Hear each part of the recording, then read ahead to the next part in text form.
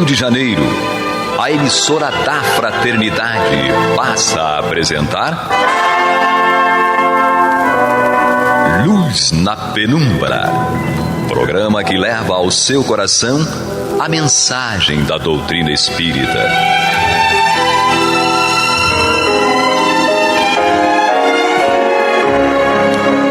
E com vocês, André Afonso Monteiro, para o estudo do livro A Gênese, da obra codificada por Allan Kardec. Olá, amigo ouvinte, internauta da Rádio Rio de Janeiro, a emissora da Fraternidade, a rádio que toda a família pode ouvir, programa Luz na Penumbra, comigo André Monteiro, estudando aqui a obra Gênese. E com muita alegria e felicidade, meus amigos, nós temos aqui a presença do nosso querido Alexandre Almeida. Seja bem-vindo mais uma vez, Alexandre. Obrigado, André. Jefferson, obrigado. E o nosso... muita paz a todos. Isso, e o nosso Jefferson aqui também conosco na técnica. E na última semana, Alexandre, nós falávamos sobre aqui uma questão da mediúnica, da vidência e da materialização, o que é mediunidade, o que é uma questão, o que não é mediunidade propriamente dita, e falávamos também do centro de força, do passe, porque o estudo ele voltou para a questão das energias e de como que você renova essa, porque nós somos um polo de energia, fizemos até aquela analogia com o dínamo, não é isso? E também com a benevolência, a indulgência e o perdão, e como nós alimentamos o nosso corpo físico, o nosso corpo espiritual de energia, porque nós falávamos que ao reencarnar, nós temos um tempo de vida, nós somos ali abastecidos, entre aspas, né, com um fluido vital que vai ser necessário para aquele tempo de vida. E que dependendo da nossa conduta, ou a gente desgasta, e nós fizemos mais uma analogia, nós somos os reis da analogia, né? Analogia com dínamo, analogia com celular, nós fizemos uma analogia com o celular. O celular, quando você carrega 100%, ele vai durar ali 12 horas, mas dependendo da nossa utilização, nosso pacote de dados também pode acabar antes, a nossa bateria pode acabar antes. Se a gente falar muito ao telefone, se usar muito a internet, se ficar muito com ele ligado ali, online, essa bateria não vai durar até o final do dia. E nós fizemos essa analogia com o nosso corpo físico. Dependendo da nossa conduta, do nosso comportamento e da utilização do nosso corpo físico, essa energia ela vai ser saturada, ela vai ser desgastada antes do tempo. E aí a gente vai ali desencarnar um pouquinho antes, dependendo de qual foi esse nosso comportamento, esse nosso desgaste. E o Alexandre falava da reposição das energias.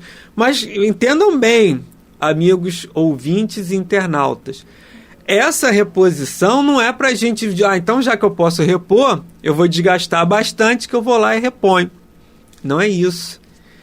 Existem várias possibilidades de você manter através de uma vida saudável em todos os aspectos, pensamento, alimentação, uma vida saudável materialmente, espiritualmente, e o Alexandre até citou um exemplo, ele vai aprofundar isso agora, para você recompor essa energia. Não é isso, Alexandre?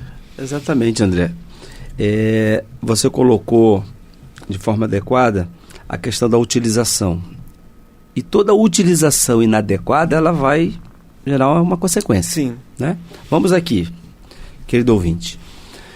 Se nós estamos numa visita a um consultório de um otorrino, ele provavelmente vai advertir assim, você costuma ouvir música alta ou fone de ouvido com muita frequência? Muita frequência. Olha, isso aí pode te causar um prejuízo na sua audição. Perda de audição.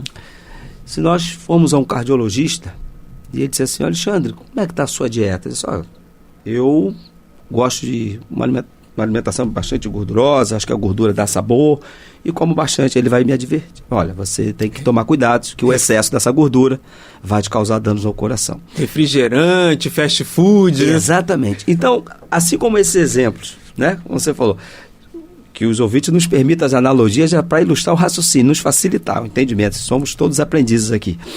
Assim como esses exemplos estão muito próximos da gente, nós podemos ampliando. Sim. Então, chegamos agora numa questão mais aprofundada. Com o corpo espiritual e esse fluido vital que o nosso irmão André colocou, ou seja, o fluido vital, ele também é um elemento derivado do fluido cósmico universal. Ele já é uma receita derivada do ingrediente base. Isso aí. E o que é esse fluido vital? O próprio nome diz. É justamente aquela energia, o André colocou bem, que vai possibilitar a criatura, por um determinado período, na matéria, a viver no mundo físico. É a energia, a bateria que nós temos para uma reencarnação.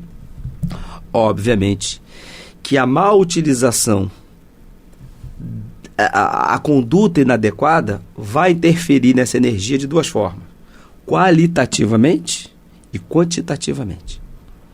Então nós vamos saturar essa energia, podemos estar de repente com ela ainda quantitativamente inalterada, mas nós vamos começar a saturar. Sim. Assim como o sangue lá com a gordura. Isso. Nós não perdemos sangue, mas a quantidade continua. Mas ele já não está com a mesma composição. E nós podemos também começar a ter um déficit quantitativo. Tanto no déficit quantitativo quanto no qualitativo, a reposição é um socorro. Entretanto, como o nosso irmão André colocou muito bem, não podemos ver isso como se fosse um abastecimento de um carro no posto de gasolina. O carro no posto de gasolina, acabou o meu combustível, enche o tanque. Nós podemos, de uma forma objetiva, dizer assim, eu resolvi o meu problema.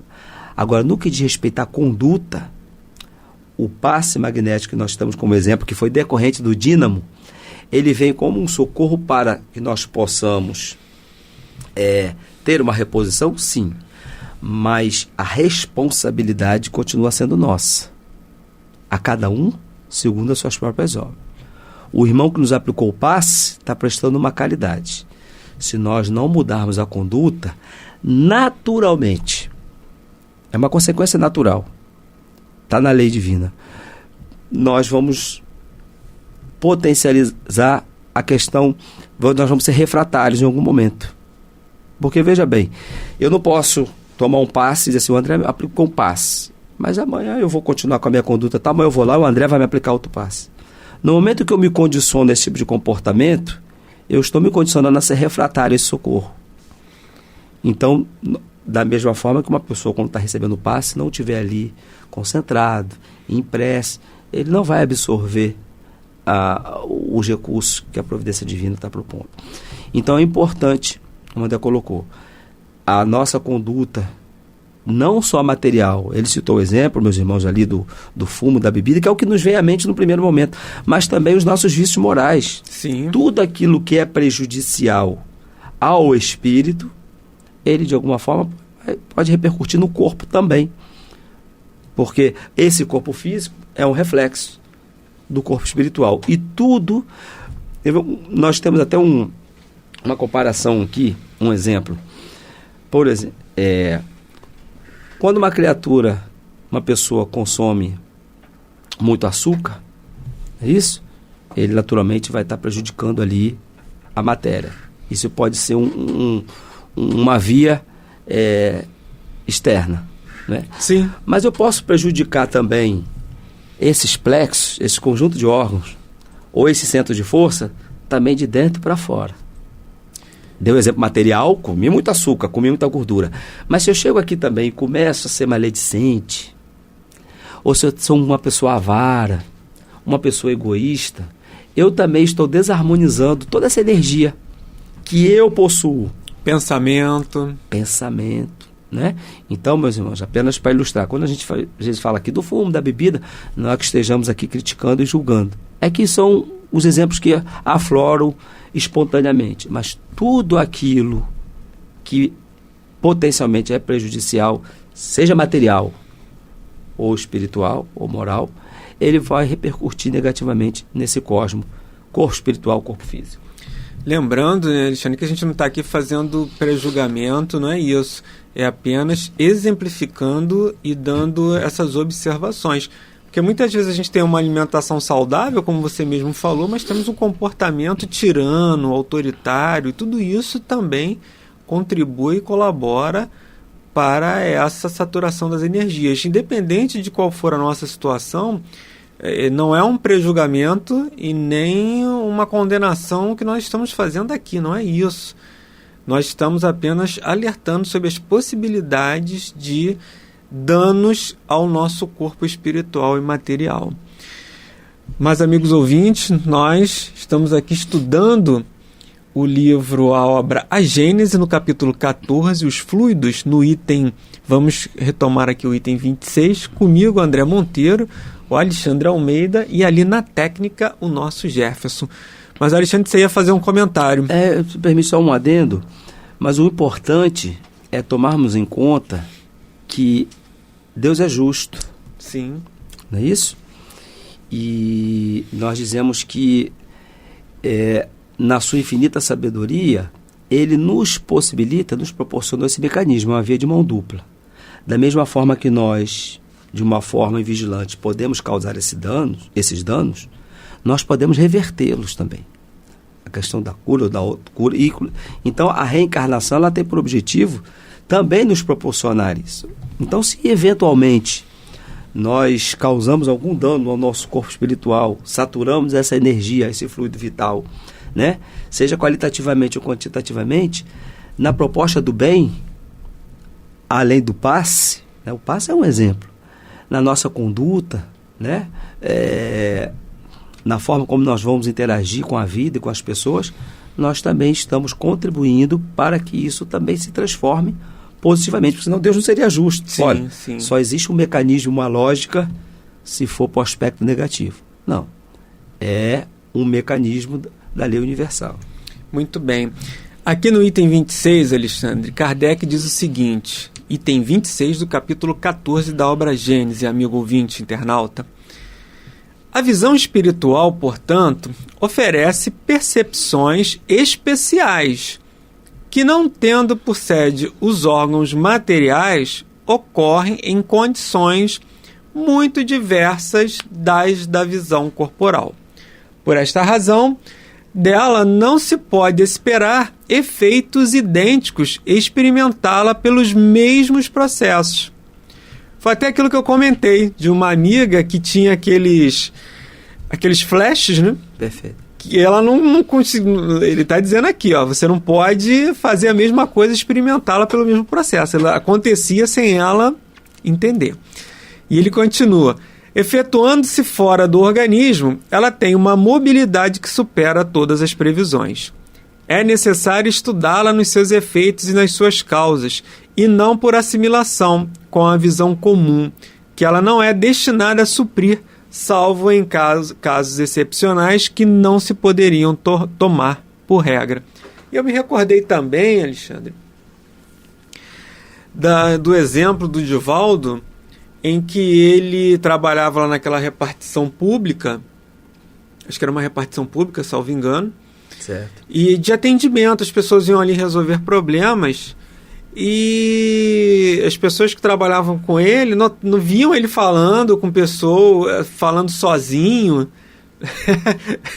E ele e assim, não, mas chegou uma pessoa aqui para eu falar, e quando ele foi ver a ficha, a pessoa já tinha desencarnado, enfim. A pessoa ia lá desencarnada, né? Tinha desencarnado, e espiritualmente ela não tinha ainda se notado da condição de desencarnada dela, e ela ainda vivia ali como se encarnada estivesse, tentando resolver os problemas que ela tinha enquanto viva. E o Divaldo não conseguiu ali diferenciar o espírito desencarnado do espírito encarnado. Então ele passou a adotar, as pessoas até pensavam que ele tinha algum problema, que ele era maluco, alguma coisa assim. Ele explicou a situação, então quando chegava alguém, ele pedia para a pessoa dizer se a pessoa era viva ou se era morta, né? É até uma situação hilária. Verdade. E interessante observarmos que nós estamos sujeitos a fenômenos. E como você colocou na semana passada, há fenômenos que são intrínsecos à criatura humana, né? Da alma, que nós chamamos de fenômenos anímicos. É da nossa potencialidade. Sim. Entretanto, se tais fenômenos se potencializam com o auxílio, com a contribuição do mundo espiritual, aí nós temos um fenômeno mediúnico, né? Então, você no exemplo do Divaldo, bom, mas como é que nós podemos definir? Era uma vidência ou uma dupla vista? Tecnicamente poderia ser uma ou outra coisa. O que importa é nós sabermos a distinção técnica do que vem a ser um fenômeno e outro. O Divaldo poderia estar, né, vendo o mundo espiritual por conta, né, dessa questão que nós estamos estudando, desse desdobramento parcial, e ele ter a visão espiritual dessa faculdade, né? Dessa faculdade. Ele se desdobrou e ali está vendo tudo. Exatamente, assim como o êxtase, o sonambulismo, né? Isso. Faculdades anímicas. Agora, se naquele momento, ou num determinado fenômeno, teve o auxílio de algum amigo espiritual, ampliou a evidência, aí nós estamos falando de uma faculdade mediúnica. Repito, aqui apenas estamos fazendo essa observação para que nós compreendamos tecnicamente a distinção entre eles, já que é o que o tema nos propõe. Mas o mais importante é entendermos que está sujeito aos fenômenos, seja anímicos ou mediúnicos, qualquer criatura humana, independentemente da questão moral. Mas como o André colocou as semanas anteriores, obviamente que por uma questão de sintonia, né, a nossa condição moral naturalmente vai nos sintonizar e vai produzir os efeitos, os frutos do fenômeno conforme a nossa psicosfera, né? Sim, sim, com certeza. E isso, né, Alexandre, é uma questão... Esse estudo, e você vê a beleza e a grandiosidade do alcance do estudo. Porque nós estamos estudando aqui algo que, a princípio, é científico, e que se você seguir só por uma linha, você vai trabalhar ali a razão, vai trabalhar ali o fenômeno científico, basicamente, a possibilidade disso acontecer ou não. Mas a gente precisa trazer isso para algo prático no nosso dia a dia. Como esse estudo abrange tanto aquele companheiro que é médium, que participa da casa espírita, das reuniões mediúnicas, do trabalho mediúnico, seja na aplicação do passe. Porque esse estudo interfere tanto na pessoa, no médium, que vai ali fazer, que vai aplicar aquela terapia do passe, como o Divaldo chama, ele fala terapia fluídica, alguma coisa assim nesse sentido, né? Terapia de fluidos. Aquela aplicação dos passes, essa é uma forma de capacitar o médium para cada vez mais ele poder ter o alcance daquela faculdade, daquele trabalho que ele está realizando.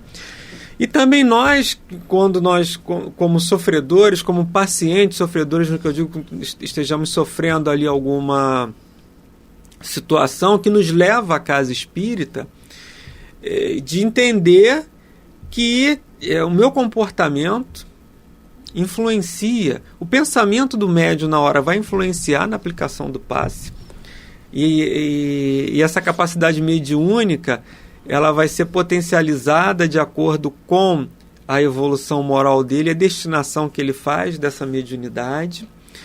E também nós, e quando eu digo nós, as pessoas em seu maior número que vão receber o amparo, o auxílio, também de acordo com a sua postura ali naquele momento, naquela hora, e a sua conduta também, vai poder potencializar o trabalho que está sendo realizado na aplicação. É um fenômeno, a aplicação de passe é um fenômeno mediúnico, em que existe o médium, o paciente, né, a pessoa que vai receber, e um espírito ali que, via de regra, vai ali fazer vai manipular aqueles fluidos. Tem o fluido próprio do médium, tem o fluido espiritual e tem a receptividade do paciente. Então tudo isso influencia.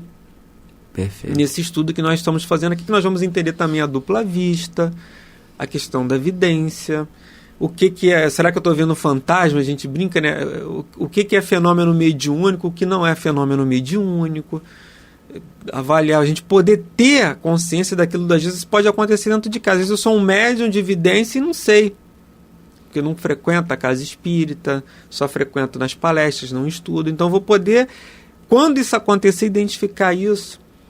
E é importante também, Alexandre, tem uma passagem no livro Fonte Viva, do Emmanuel, Fonte Viva, psicografado pelo Francisco Cândido Xavier, ditado pelo Emmanuel. A lição, o nome, o título do capítulo da lição é Estás Doente, no livro Fonte Viva. E o Emmanuel ele diz o seguinte, né, que a injeção ajuda, o comprimido ajuda, a injeção melhora, mas os verdadeiros males partem do nosso coração.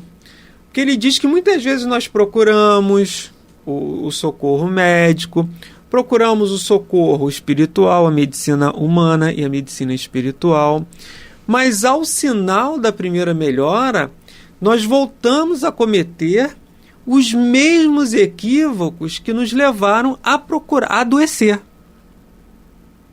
Ele fala isso, fala, no sinal da primeira melhora você volta aos mesmos problemas, ao mesmo comportamento que te fizeram adoecer. E aí a gente fica naquele ping-pong, né?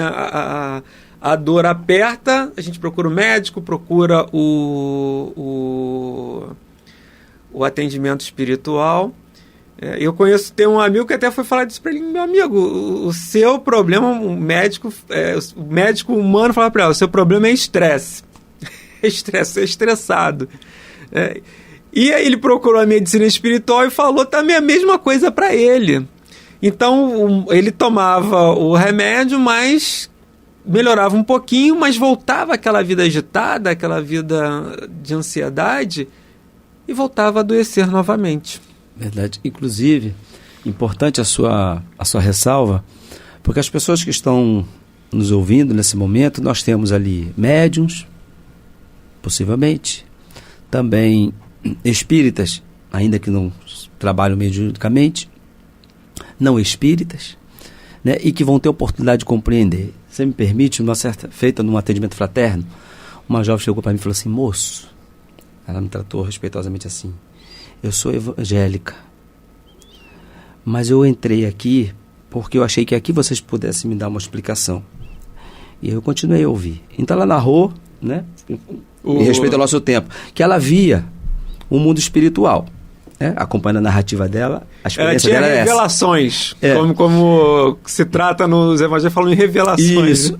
Só que, por alguma razão, na instituição em que ela frequentava, o dogma, a impuia, já estavam até cogitando a hipótese de ela ter algum problema psiquiátrico. E ela estava em um conflito muito grande entre a fé dela, aquilo que ela ouvia, e aí ela falou assim, olha, eu não entendo nada de espiritismo, mas como já ouvi dizer que vocês lidam com o mundo espiritual, eu vim aqui, mas eu estou também num outro, mas acabei criando um outro conflito. Eu falei, qual? Eu falei assim, porque eu sou evangélica, e quero entender sobre isso. Eu falei, mas você não precisa deixar de ser protestante. Não. Para sair da ignorância nesse tema. Você vai continuar sendo, se desejar, protestante, mas vai compreender que o que está acontecendo com você pode ser qualquer coisa. A princípio, menos que você está ficando louca. Porque é um fenômeno comum. E aí citei para ela vários exemplos bíblicos, né, próximos ali do conhecimento dela, né? Das aparições, das vidências, da comunicação espiritual, né? E ela pelo menos saiu daquele muito agradecida à instituição e era perceptível que ela tinha adquirido alguma compreensão acerca do tema.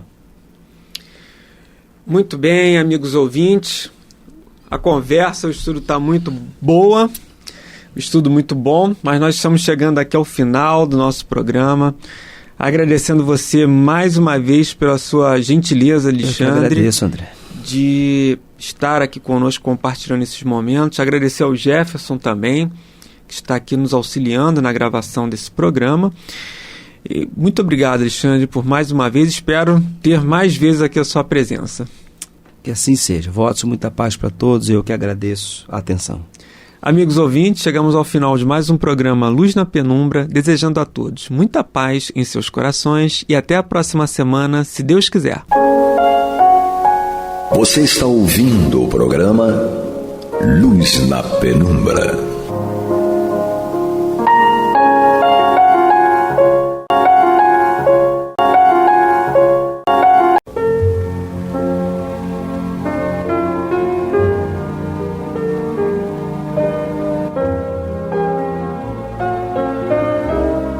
A Rádio Rio de Janeiro está levando ao seu lar e ao seu coração a mensagem consoladora da doutrina espírita, através do programa Luz na Penumbra.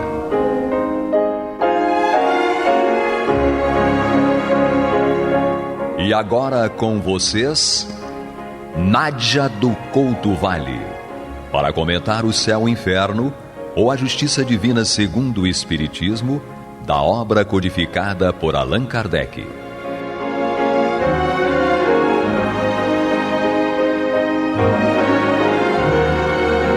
Amados e amadas, amigos e amigas, ouvintes e internautas, paz e luz às nossas mentes e corações, hoje e sempre. Continuamos o estudo desta obra, como juntos estudamos, sabemos que estamos no capítulo 2º da segunda parte, no qual o nosso querido codificador Allan Kardec nos apresenta o perfil, a história, as causas e as consequências da felicidade dos espíritos no plano espiritual, ou seja, aqueles que seguem as leis de Deus, as leis do amor, da justiça, da caridade. O nosso codificador inaugura esse capítulo com a história ou com a figura do espírito Samson, um antigo membro da Sociedade Espírita de Paris que desencarnou no dia 21 de abril de 1862, pedindo em uma carta a Kardec que ele fizesse, quando ele, Samson, desencarnasse, uma autópsia espiritual. A expressão é do próprio Samson, que significa, e Kardec atendeu esse pedido de Samson, fazer uma entrevista lá junto ao corpo insepulto de Samson, na câmara mortuária. Kardec estava acompanhado de alguns membros da Sociedade Espírita de Paris, e Samson respondeu com toda a lucidez essas perguntas e ainda deu uma comunicação psicografada lá mesmo do cemitério. Passados alguns dias, no dia 25 de abril de 1862, Kardec novamente evocou o espírito Samson. Portanto, é a primeira evocação de Samson lá na Sociedade Espírita de Paris, mas é, em termos gerais, a segunda entrevista ou a segunda evocação que Kardec fez do espírito. Ele, nessa ocasião, lá na Sociedade Espírita de Paris, ele deu várias informações, agora com mais tempo, com mais detalhes, a Kardec, sobre vários assuntos. Kardec indagou dele sobre várias das suas sensações, das suas ideias, se permaneciam ou não, como é que ele se sentia lá no plano espiritual, como era a forma dos espíritos no plano espiritual, se ainda era a forma humana, e também perguntou se ele se reconhecia em uma forma ilimitada ou limitada, circunscrita ou não, ainda que imponderável, ou seja, ainda que sem o peso do corpo físico, porque corpo físico mesmo, claro, o espírito já não tinha e sabia muito bem disso. Kardec perguntou também a Samson se os espíritos têm sexo no plano espiritual. Isso está no tópico, no item 11, e o espírito Samson respondeu que não há motivo nenhum para o espírito no plano espiritual ser de natureza masculina ou feminina, e explica, porque os espíritos não se reproduzem. Ele diz que Deus criou os espíritos como ele, Deus, quis, segundo seus maravilhosos desígnios, e subordinou os espíritos, quando encarnados, às leis de reprodução das espécies, Tudo isso caracterizado pela junção dos sexos. E ele arremata: mas vós deveis sentir, sem mais explicação, que os espíritos não podem ter sexo.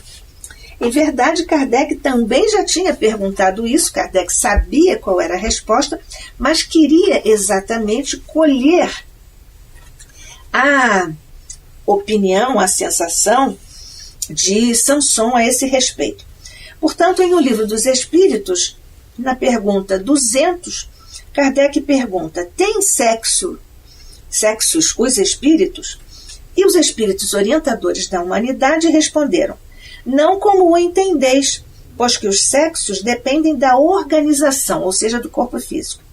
Há entre eles amor e simpatia, mas baseados na concordância dos sentimentos. Na pergunta 201, Kardec pergunta: em nova existência, pode o espírito que animou o corpo de um homem animar o de uma mulher e vice-versa? Respondem os espíritos orientadores: de certo, são os mesmos os espíritos que animam os homens e as mulheres. Pergunta subsequente de número 202. Quando errante, ou seja, entre as encarnações do plano espiritual, quando errante, que prefere o espírito, encarnar no corpo de um homem ou no de uma mulher? Respondem os espíritos orientadores da humanidade ao nosso querido Kardec: isso pouco lhe importa. O que o guia na escolha são as provas por que haja de passar. Kardec aqui complementa com uma de suas preciosas notas que ele, por absoluto rigor e honestidade intelectual, coloca em tamanhas letras, em tamanho menor. É o que diz nessa nota a esse respeito o nosso querido Kardec: os espíritos encarnam como homens ou como mulheres, porque não têm sexo. Visto que lhes cumpre progredir em tudo, cada sexo, como cada posição social, lhes proporciona provações e deveres especiais e, com isso, ensejo de ganharem experiência. Aquele que só como homem encarnasse, só saberia o que sabem os homens. Por falar em saber, é a grande sabedoria, o saber total, infinito de Deus, que faz todo esse processo didático de nossa evolução e nosso processo evolutivo. Portanto, os sexos dependem da organização física. Há entre eles amor e simpatia com base na concordância de sentimentos e não na atração de corpos físicos, que eles não têm mais.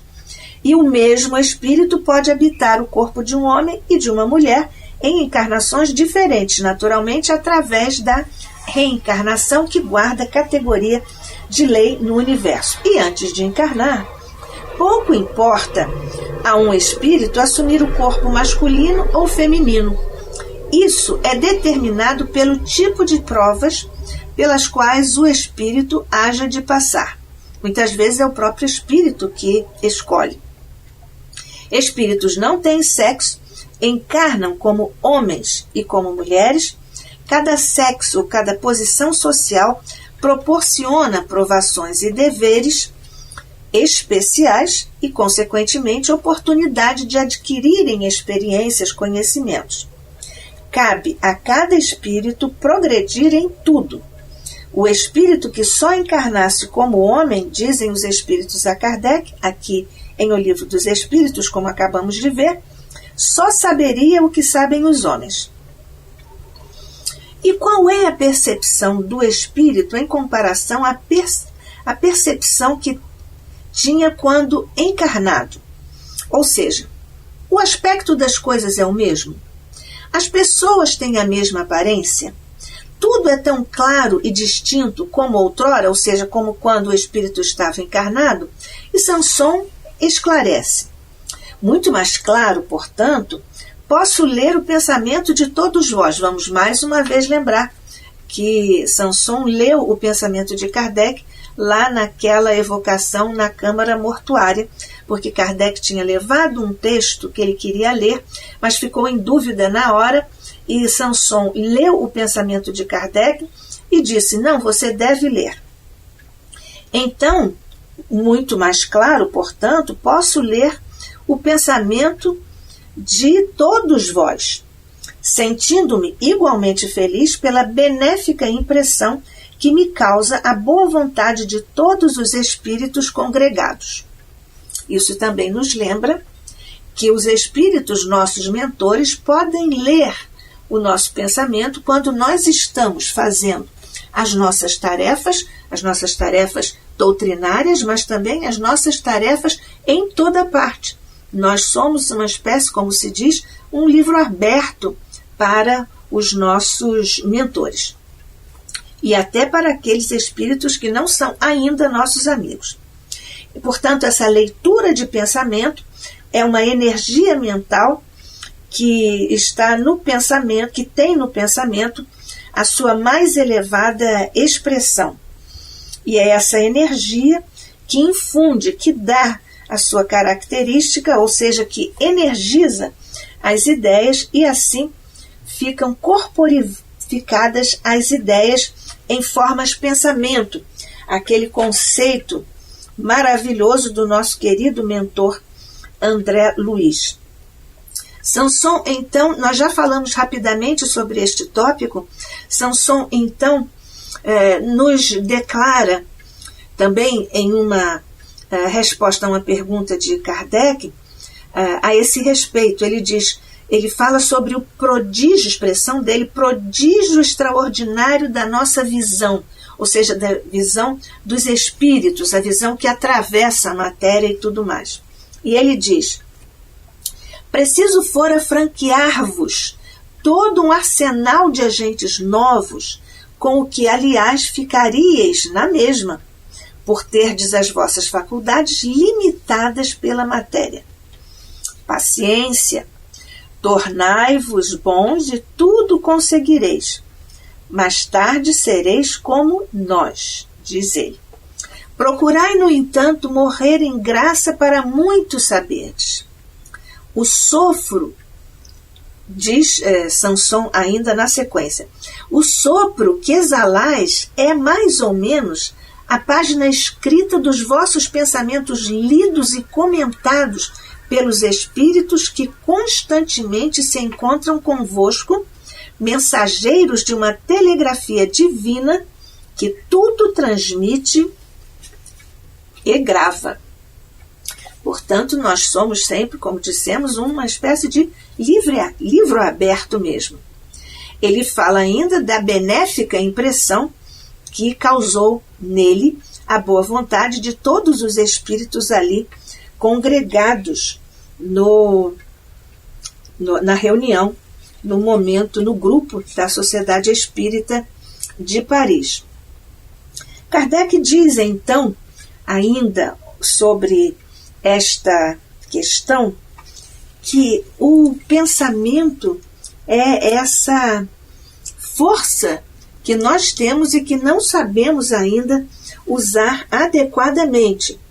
Mas o próprio Sanson, além de dizer sobre a boa impressão, a benéfica impressão que lhe tinha causado a boa vontade de todos os espíritos congregados ali na reunião da Sociedade Espírita de Paris, ele ainda diz: desejo que o mesmo critério se faça sentir não só em Paris, mas na França inteira, onde grupos há que se desligam, invejando-se reciprocamente, dominados por espíritos turbulentos que se comprazem na discórdia, quando o espiritismo deve incutir o esquecimento completo e absoluto do eu. É lamentável que nós ainda hoje estejamos constatando que as nossas inferioridades, as nossas dificuldades morais ainda estejam atrapalhando os trabalhos, as atuações, as atividades de casas espíritas, porque as nossas dificuldades morais abrem brechas para que espíritos turbulentos, como disse Sanson, possam interferir no clima, na atmosfera benéfica que deve reinar na casa espírita e pela qual somos nós também responsáveis. Então, nesse particular, o espírito Samson ainda responde ao item 13 aqui, nesse capítulo em que nós vemos o item 13 da segunda evocação de Samson lá na Sociedade Espírita de Paris. Eu sou Nádia do Couto Vale, estamos estudando juntos neste livro O Céu e o Inferno, a Justiça Divina segundo o Espiritismo. No segundo capítulo da segunda parte, estamos estudando os espíritos felizes, no momento, o espírito Samson. Então Kardec pergunta: dissestes poder ler em nosso pensamento. Podeis explicar-nos como se opera essa transmissão? Samson responde: não é fácil. Para vos descrever, explicando-o, este prodígio extraordinário da nossa visão, preciso fora franquear-vos todo um arsenal de agentes novos, com o que, aliás, ficariais na mesma, por terdes as vossas faculdades limitadas pela matéria. Paciência, tornai-vos bons e tudo conseguireis. Atualmente, só podeis ter o que Deus vos concede, mas com a esperança de progredir continuamente. Mais tarde, sereis como nós. Procurai, no entanto, morrer em graça para muito saberdes. Essa questão aqui, a expressão procurai, no entanto, morrer em graça para muito saberdes, é o caso de os espíritos felizes, ou quanto mais evoluído é o espírito, a mais conhecimento ele tem acesso. Porque o acesso a informações é regulado pelo nível evolutivo do espírito. Nós podemos facilmente compreender isso, porque um espírito sem nenhuma ética, se tiver acesso a algum tipo de informação, pode usar aquela informação de uma forma antiética, malévola, perversa. E é por isso que Samson diz aqui: procurai, no entanto, morrer em graça, ou seja, morrer afinizado com a lei de Deus, morrer junto com os outros espíritos que o acompanham, que os ajudam, que o esclarecem. Então, é exatamente este o sentido do morrer em graça, morrer afinizado com a doutrina espírita e com, evidentemente, com o Evangelho de Jesus ou com a lei de Deus de um modo geral, porque todos os nossos irmãos de todas as crenças religiosas que seguem a lei de Deus podem estar na condição em que Samson está, se seguiu a lei de Deus, que é a lei de amor, de justiça e de caridade. A nossa doutrina espírita nos dá como modelo: fora da caridade não há salvação. Portanto, todos os nossos irmãos de outras seitas ou de outras crenças, de outras religiões, certamente poderão ser espíritos felizes, certamente vão evoluir também, seguindo a lei de Deus, que está também posta nos livros ou no conjunto de informações da sua própria religião. Continua a resposta do espírito Samson. A curiosidade, estímulo do homem que pensa, conduzir-vos-á tranquilamente para a morte, reservando-vos a satisfação de todos os desejos passados, presentes e futuros. Enquanto esperais, direi para responder, ainda que mal, a vossa pergunta. O ar que respirais, impalpável como nós, estereotipa, por assim dizer, o vosso pensamento. Vejamos aqui o que diz Samson sobre a curiosidade, que é um estímulo do homem que pensa. O homem que pensa quer saber mais, ele quer pensar mais sobre mais coisas, por isso ele tem curiosidade de conhecer. Aqui, a palavra curiosidade ou o conceito de curiosidade como sendo um estímulo do homem que pensa, é um tipo superior de curiosidade, porque quando o homem se lança para a satisfação dessa curiosidade de conhecer coisas para evoluir, ele está em um patamar e esse tipo de curiosidade é positivo. Claro, então, que está completamente descartada a curiosidade que nós conhecemos como fofoca.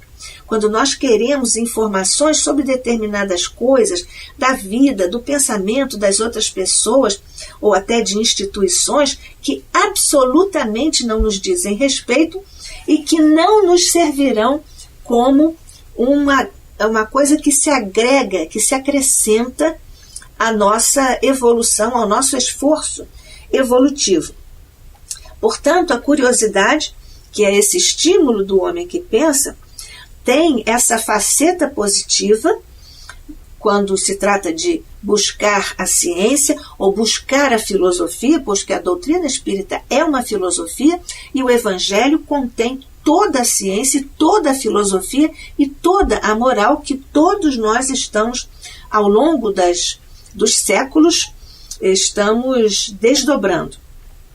Portanto, há uma curiosidade positiva, que é a da filosofia, de buscar o conhecimento, também o da ciência, e há uma curiosidade negativa, que é essa da fofoca, que nós dizemos que é a da fofoca. Portanto, ele diz: a curiosidade, esse estímulo do homem que pensa, conduzir-vos-á tranquilamente para a morte. Por que ele diz isso? Ele é espírita, nós também somos, e sabemos que é o conhecimento, por isso que a nossa fé é raciocinada, por isso que nossa doutrina é uma filosofia com comprovação científica e consequências morais, por isso que esse estímulo do homem que pensa, que busca a verdade, é que vai nos conduzir à morte de uma forma tranquila, porque nós teremos conhecimento a respeito dela. Reservando-vos, então, diz ele, a satisfação de todos os desejos passados, presentes e futuros. E ele diz: enquanto esperais, direi para responder, ainda que mal, a vossa pergunta. O ar que respirais, impalpável como nós, estereotipa, por assim dizer, o vosso pensamento. O sopro que exalais é, mais ou menos, a página escrita dos vossos pensamentos, lidos e comentados pelos espíritos que constantemente se encontram convosco, mensageiros de uma telegrafia divina que tudo transmite e grava.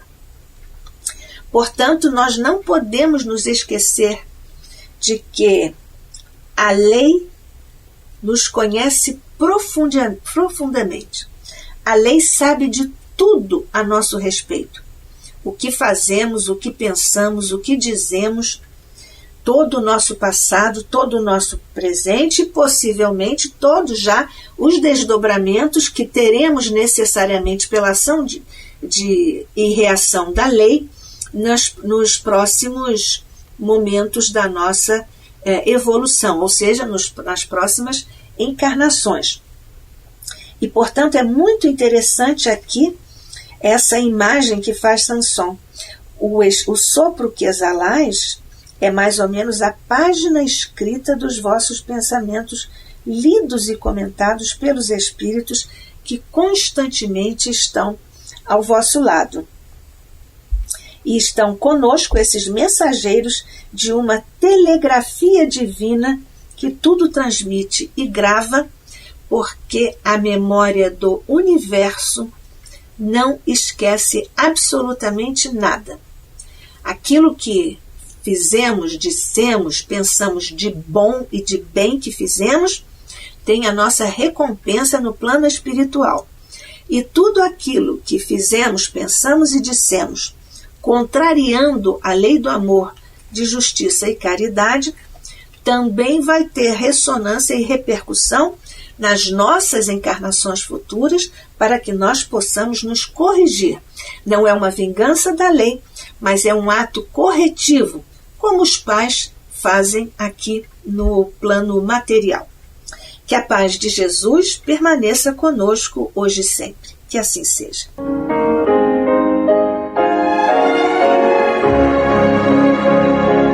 E vamos ouvir agora a prece de encerramento de nosso programa, na voz de Geraldo de Aquino. Jesus, dá-nos coragem para a luta, piedade para os insultos e misericórdia para as injustiças e ingratidões. Limpa nossa alma de inveja e ambições mesquinhas, de ódio e de vingança o nosso caminho. Que assim seja.